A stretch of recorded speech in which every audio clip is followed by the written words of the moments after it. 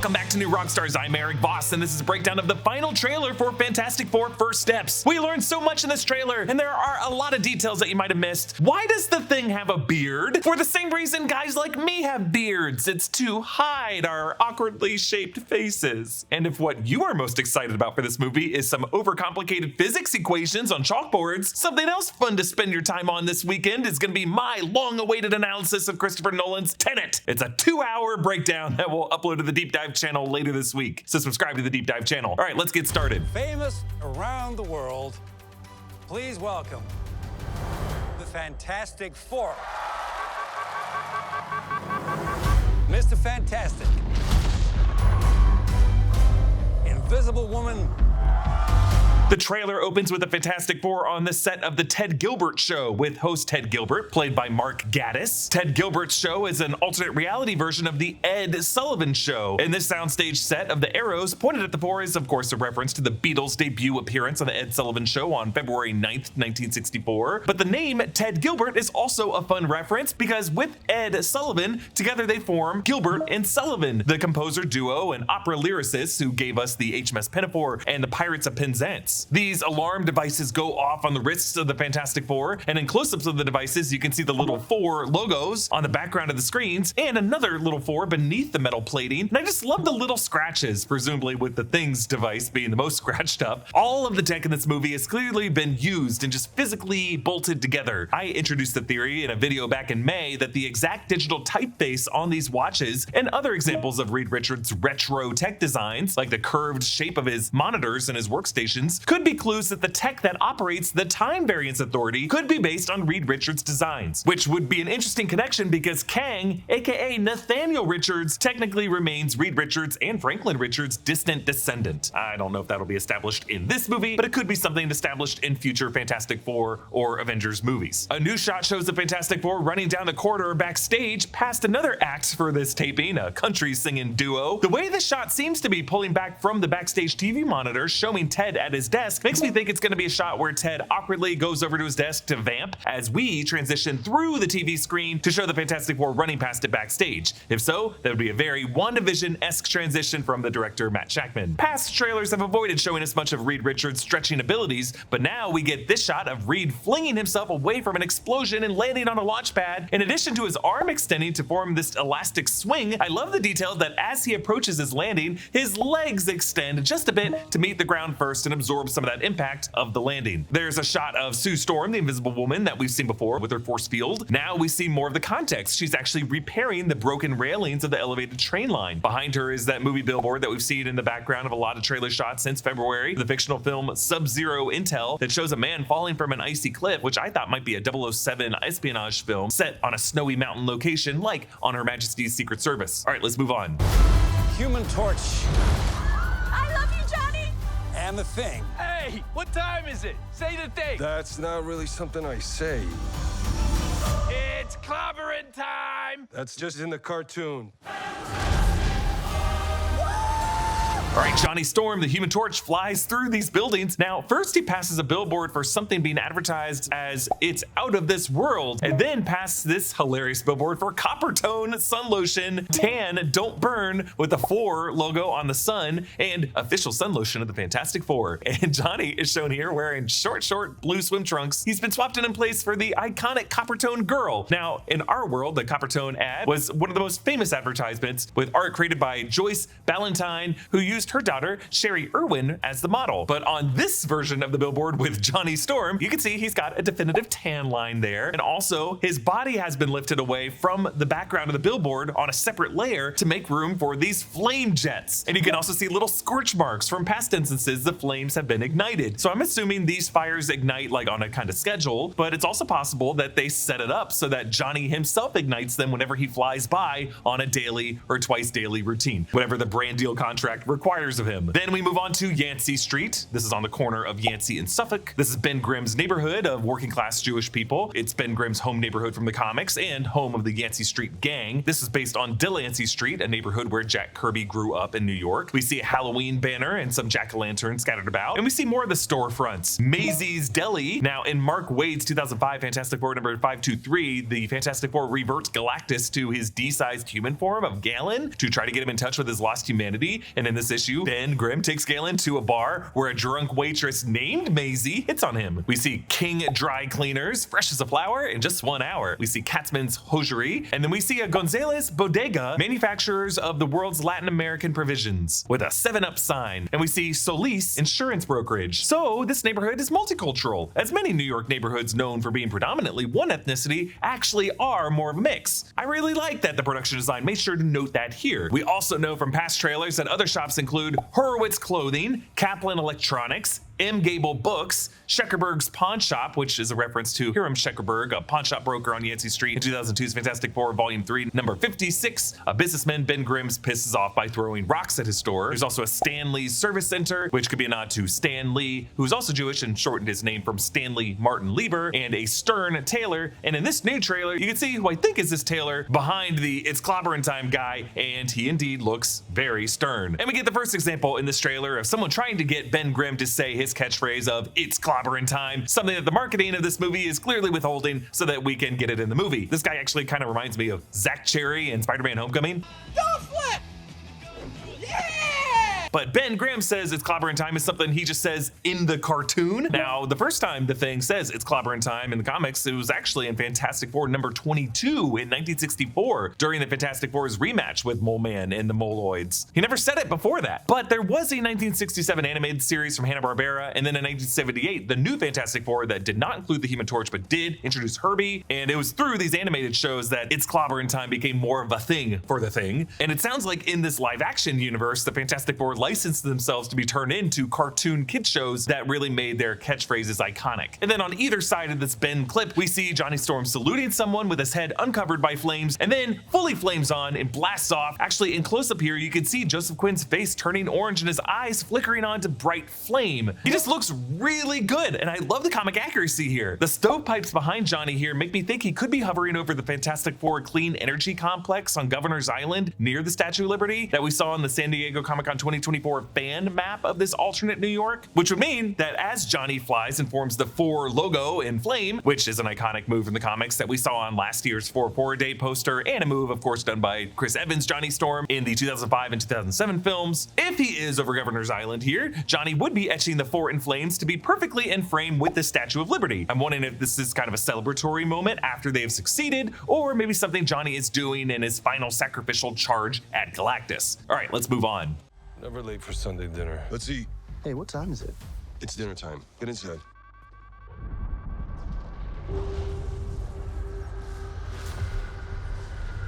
I herald his beginning. I herald your end. I herald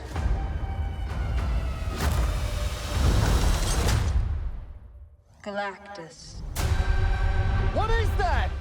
All right, we're at one of their Sunday night at 7 family dinners. The 4 are looking out of the Baxter building at the city. Now you'll see several searchlights are hovering over Midtown. I'm not sure if this is police activity or maybe just media continuing to cover the aftermath of some heroism that the Fantastic Four accomplished during the day. The searchlights seem to be gone when the meteor shower and the atmospheric disturbances begin. Julia Garner, a Silver Surfer Shalabal, appears with this prepared speech, her voice rendered in this sick metallic amplified echo that's just pretty chilling. I herald his beginning.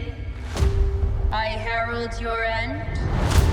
I herald Galactus. In Times Square, the Silver Surfer floats above them with media cameras projecting her from various angles on the screens behind her, making her loom even larger. One Chiron reads, "Metallic creature appears." You can also see billboards and signs, Canada Dry Ginger Ale, a player for every taste, a drink called Squirt, the Sub-Zero Intel movie, and then at the Forum Theater playing is Attack of the Fungi, a 60s disaster movie that also seems like a reference to Pedro Pascal's other big franchise, The Last of Us. The Fantastic Four stand on this particular disc disc that commemorates their first battle with Giganto, the deviant mutate controlled by Mole Man, which covered the very first issue of Fantastic Four all the way back from 1961. Now, a set photo actually showed us the full writing on this commemoration. On this place, on this day, the Four saved the city. A grateful city honors the Four on the 8th day of August. And I love that specific date because it was on August 8th, 1961 when the very first issue of Fantastic Four published that depicted this battle with Giganto. Now, you may have seen a recent commercial from Little Caesars Pizza that shows what seems to be that battle with Giganto appearing in insane comic accuracy, but not that believable VFX. Like, a lot of people online have been bashing the CGI on Giganto here, and I get it, it does look pretty cartoony, but remember, this was a commercial, and they probably had to send Little Caesars an advanced, unfinished VFX version several months in advance to give the brand client extra time for various approvals on their end, and to give the FCC time to approve it, and I'm assuming it's gonna look a bit better in the movie if this shot exists in the film, but we know there are various Little Caesars ads all over New York in the background of this movie, and this plaque is there, so they did fight Giganto, but also when it comes to this shot, the goal of it was comic accuracy, and just referencing that iconic moment from the Fantastic Four's history, not photorealistic verisimilitude, so I don't really care that much, I think it's fun. But when it comes to Giganto, I explained in a video last week that the fact that he even exists in this reality is a pretty big deal, because he wasn't created by Mole Man, he is a deviant mutate created by the scientists of the deviant race and their leader, Crow. At least that's the case in the comics. Now in the MCU, the Marvel movie universe, the canon history established that deviants only exist on planets as part of the Celestial's life cycle plan. Plant a celestial seed in a planet's core, use that planet's life force to feed the celestial baby inside, send Eternals to be caretakers on the surface to ensure that the civilization advances on schedule, protecting that dominant species from the deviant predators who would be there until it comes time for the emergence. So if there is a Giganto in this alternate Fantastic Four universe, then there may also be a Crow, there may also be Eternals, and there may also be a Thanos, who's also an Eternal, and there may also be a Celestial sleeping inside of this Earth, which could complicate or at least contextualize Galactus's targeting of this planet. Thank you to BetterHelp for sponsoring this video. June is Men's Mental Health Month, and it's a great reminder that strength isn't about staying silent, it's about facing what's real even when it's uncomfortable. For a lot of men, there's pressure to have it all figured out by a certain age, and when your life doesn't match the timeline you imagined, it can feel like you're failing even when it's not. Look, I can be real with you for a second. I grew up in a military family, and just the type of family that didn't always speak openly about how we were feeling. We really valued the strong and silent type as what it meant to be a man. But as the only one in my family who has entered a career in entertainment, specifically having to be vulnerable here on YouTube in front of a big audience, I've had to learn a lot about how being strong and silent isn't strong nor silent, because it's gonna get loud at some point whether you want it to or not. And that is one of many reasons going to therapy has been completely transformative for my life. And if you have ever felt overwhelmed or like you're falling behind, you're not alone. You deserve support, and therapy can help you move forward. BetterHelp makes taking that first step easier. According to the CDC, 1 in 4 men experience mental health challenges, yet they're significantly less likely to seek help. That disconnect often starts early in our homes, in our schools, in the way we were taught to deal with pain, but it doesn't have to be that way. Therapy can help you see things from a different perspective. A good therapist helps you see that you're not behind in life, you're simply on your own unique timeline. They help you recognize that your identity isn't fixed by some arbitrary deadline, but constantly evolving as you grow. This perspective shift alone can be so beneficial. To the guys watching, asking for help doesn't make you weak. It's about showing up for yourself, even when it's hard. And to everyone else, whether you're a partner or a parent or a friend, your support can be the reason someone takes that first step, and you too can get help. BetterHelp makes starting therapy easy. Just head to betterhelp.com/newrockstars, fill out a questionnaire, and you will match with a therapist in as little as a couple days. With over 7,000 reviews and a 4.5 rating on Trustpilot, BetterHelp is a platform you can trust. Click the link in the description, scan the QR code, or go to betterhelp.com/newrockstars and get 10% off your first month of therapy. Now we see Earth. This is definitely Earth because you can see a Northern Africa there, though the angle of this day to night shadow across the planet on its axis seems to be a little off, but we might just be oriented like 45 to 90 degrees to the side here. But at the top of the frame, you can see Galactus's ship Taa-II lowering down on its approach. The framing actually reminds me of the shots of the alien warships arriving to Earth in Independence Day. This arrival would be from a different moment than this trailer shot dissolves into. The Fantastic Four in their spacesuits following Silver Surfer into this structure. One of their space boots steps into some mud, leaving an imprint of the Four. What is this soil?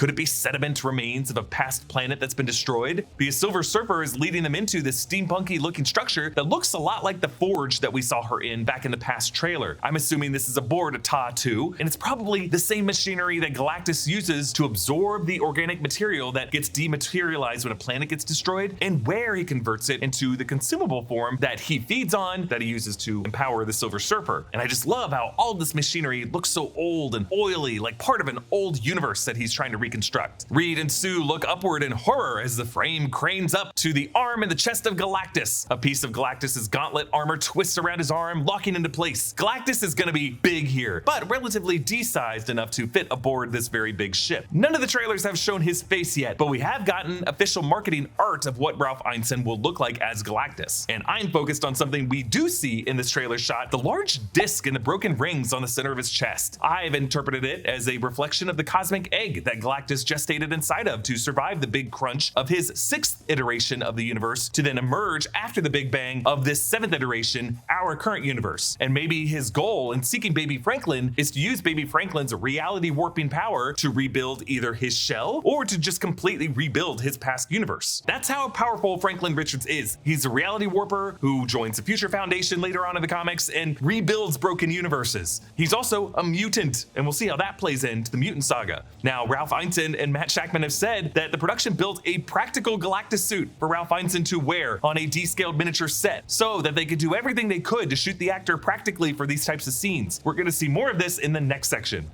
Galactus. What is that? Get us out of here, Ben! Hold on!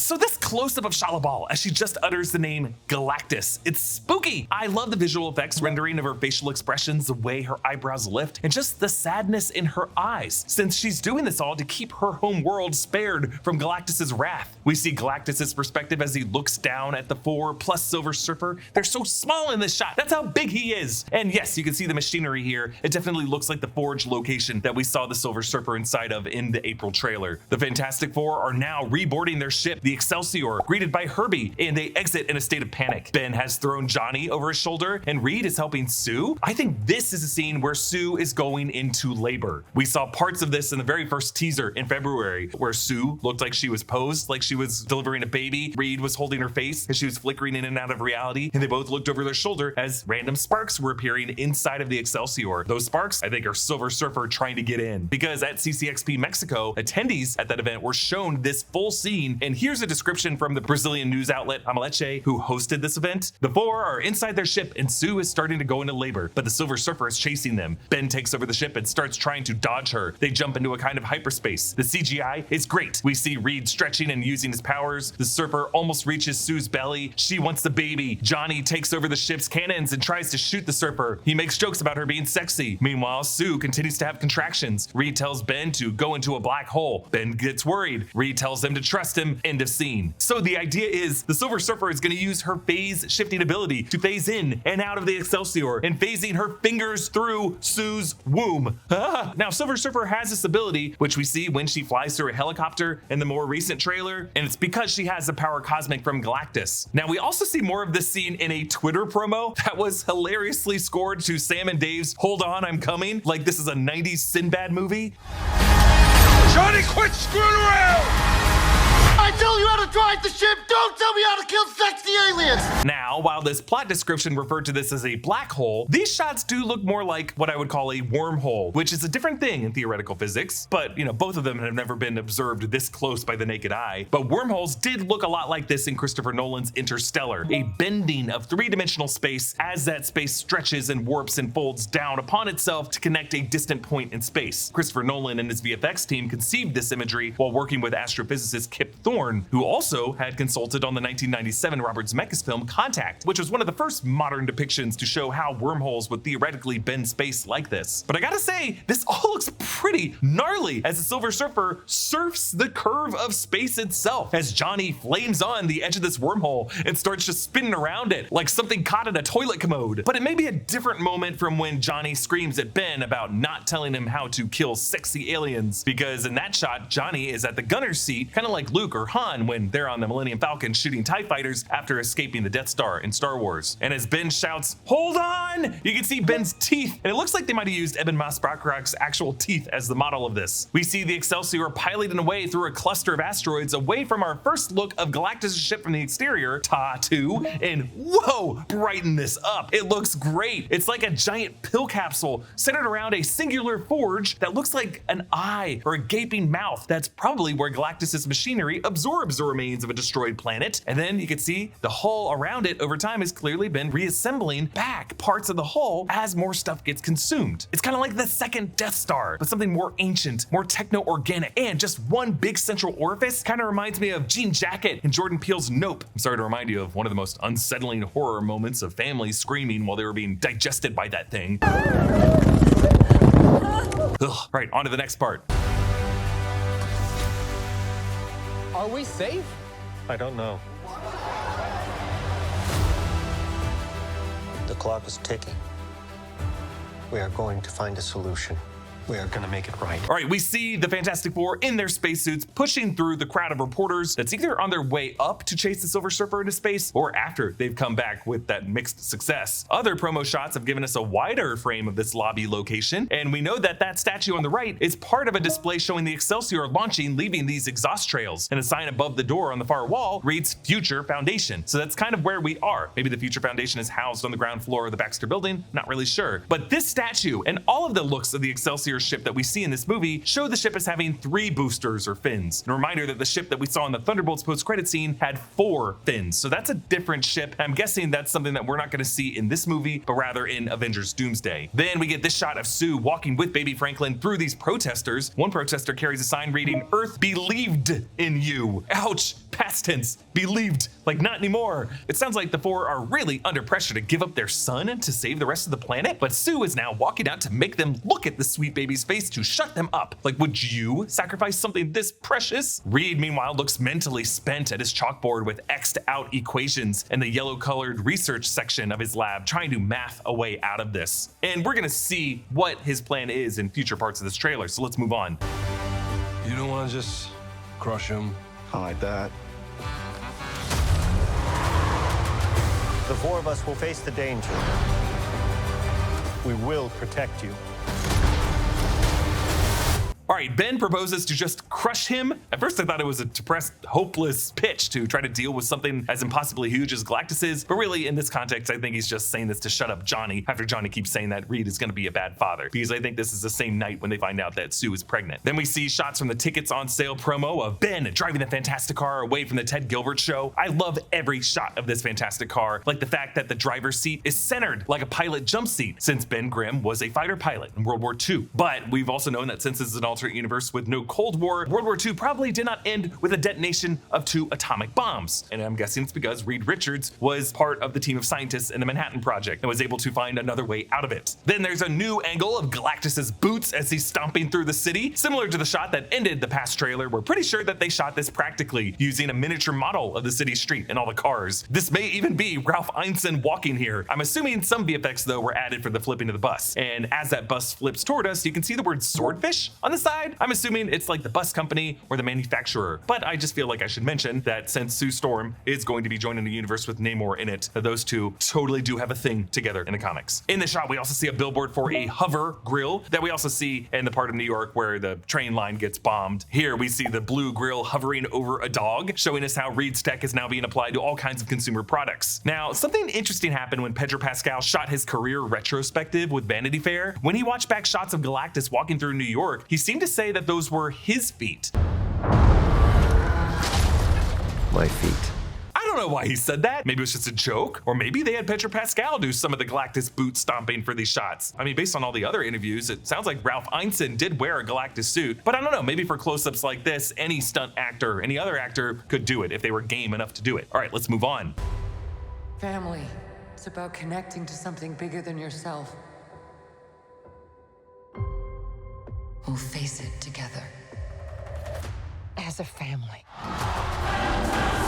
Okay, part of the earlier sequence as explosions rock that elevated train line. In addition to the signs that we've broken down in past videos, you can see a sign for Gemini Club, and in the upper left there is an ad for Cocoa Puff cereal. Then there's this adorable shot of baby Franklin lying in bed with Ree and Sue that we saw in the tickets on sale trailer, reaching out to touch Sue's face. I pointed out that this baby is not a newborn. Newborns cannot see this far or decisively reach for anything like this. Also, they're usually not this cute, at least not to people who aren't related to them, but I wouldn't overthink the timeline of this. They usually can't use newborns for productions like this. I think as soon as that baby is born, there is a ticking clock on Earth, and Galactus isn't gonna wait like 4 to 6 months for that. Then there's this shot of the everyday New Yorkers hiding underground. I've speculated before that this could be Mole Man's realm of Subterranea. Then what might be the most informative shot of this new trailer, this massive structure beside the Eiffel Tower in Paris, and 2 more others like it in the distance. This structure is composed of 3 curved pillars that are propped up by support beams. Massive beams when you look at how they connect to the city below. And these curved pillars emit beams that come together and blast a pillar of light into the sky. And the fact that this is white light makes me pretty sure this is part of a scene described in a set visit in an Entertainment Weekly article from April, part of Reed Richards' worldwide experiment to deal with Galactus. This is what the Entertainment Weekly writer said. Something's gone horribly wrong. Cut the power, screams Pedro Pascal, in character as Reed. In response to his desperate order, a blinding light fills the set before cutting out and leaving Pascal's Reed and his family drenched in darkness. People calling, says Evan Masbackrack, sitting at one of the lab's monitors as Ben Grimm The Thing. Indeed, lights are blinking all over, indicating that whatever's causing the power outage is also inspiring distress calls from all over the world. For once, the Fantastic Four are at a loss. We're working on a pretty crucial moment, which in script writing you call the all is lost moment. Director Matt Shackman tells Entertainment Weekly, the plan that you think is going to work fails, and you have to come up with another plan. The pressure on our heroes is at its highest. So, based on these new shots, it looks like my theories in past videos might be partially accurate. Reed Richards might indeed be trying to teleport planet Earth to another location or maybe to another universe in order to escape Galactus. But this is not going to work. It's going to lead to a worldwide power outage where these towers just stop working, and they're going to have to synthesize some new plan, a plan B, something that involves these sweet moments of Reed and Sue with baby Franklin. Now remember, there was another Herbie promo that we broke down recently that showed Herbie putting his little robot hand in front of Franklin, who's in his bassinet, as Herbie says, "Get behind me," as Galactus' shadow looms over them. I'm pretty sure that was the moment that I saw in the San Diego Comic-Con concept trailer last summer, where Galactus looks in through the windows of the Baxter building, scaring the shit out of Herbie. So, is the Fantastic Four's backup plan to use their baby as bait to set a trap for Galactus? Is that what's going on in this shot of the Fantastic car speeding after Galactus' feet as he stomps through the city? Because if you look closely between his boots, that building in the distance is the 4 of the Baxter building. He's making a beeline toward that building.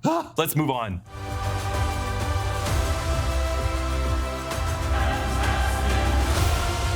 What time is it, Ben? No. What time is it, Ben? No, Johnny. Say it! I don't wanna! Say it!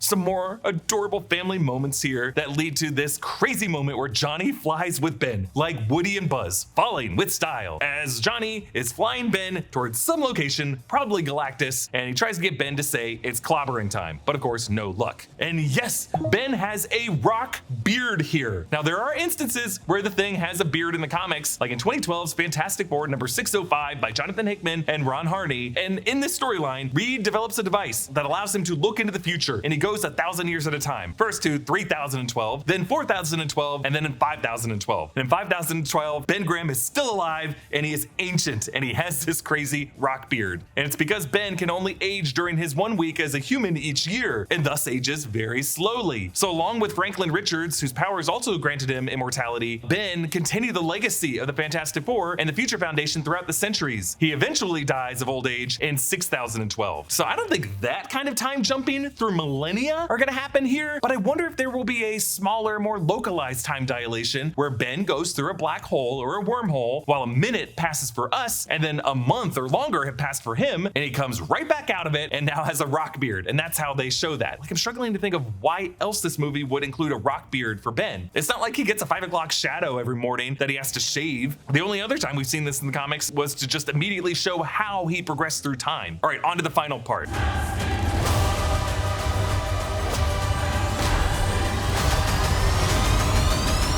Damn, I just love how the choir vocals of Michael Giacchino's score sync with Sue busting her energy shield. There's a new shot of Johnny and Reed and Ben has his rock beard again here, running desperately down the street. It looks pretty dire because there are rips on Reed's suit. Since Reed had to create the suit to be able to stretch along with his body and his limbs, imagine how far he would have stretched out of desperation to result in any kind of tears forming in the fabric. There's also a new shot of Reed stretching and swinging under Galactus's giant fingers, and he jabs whatever this metal pole is into Galactus's finger. Now, I've been trying to figure out what this device is for a while now, but now I'm thinking, could it be some kind of remotely connected node that Reed plugs somewhere on Galactus's body, maybe at several different points, in order to activate some of his teleportation tech to zap just Galactus? That was my other theory for how they're gonna stop Galactus, to basically 86 that space god to another universe and make him their problem. I am very excited for this movie, and I want to know from you in the comments, how do you plan to see this movie? Are you going to see it opening weekend in IMAX or in Dolby? Are you going to wait a week later when it's your weekend with the kids? Zach and Brandon actually had a fascinating conversation about the whole movie-going experience and how it's changed and how it can be saved in our new podcast series called The Danger Room. This is available through our paid audio service in our Underground, which is where we're going to be hosting some of our off-topic conversations that don't really make sense here on YouTube, but a small number of you have asked for this kind of format. The first episode is free on our sneak peek audio feed. If you're interested and able to support us this way, click the In Our Underground link in this video's description. Comment down below with your thoughts, and a special thanks to one of our YouTube members, Jeremy Dunham, who supports us at the executive producer level. Follow me at EA Voss and subscribe to all channels in the New Rockstars network for breakdowns and news coverage of everything you love. Thanks for watching, and I'll see you next time. Bye.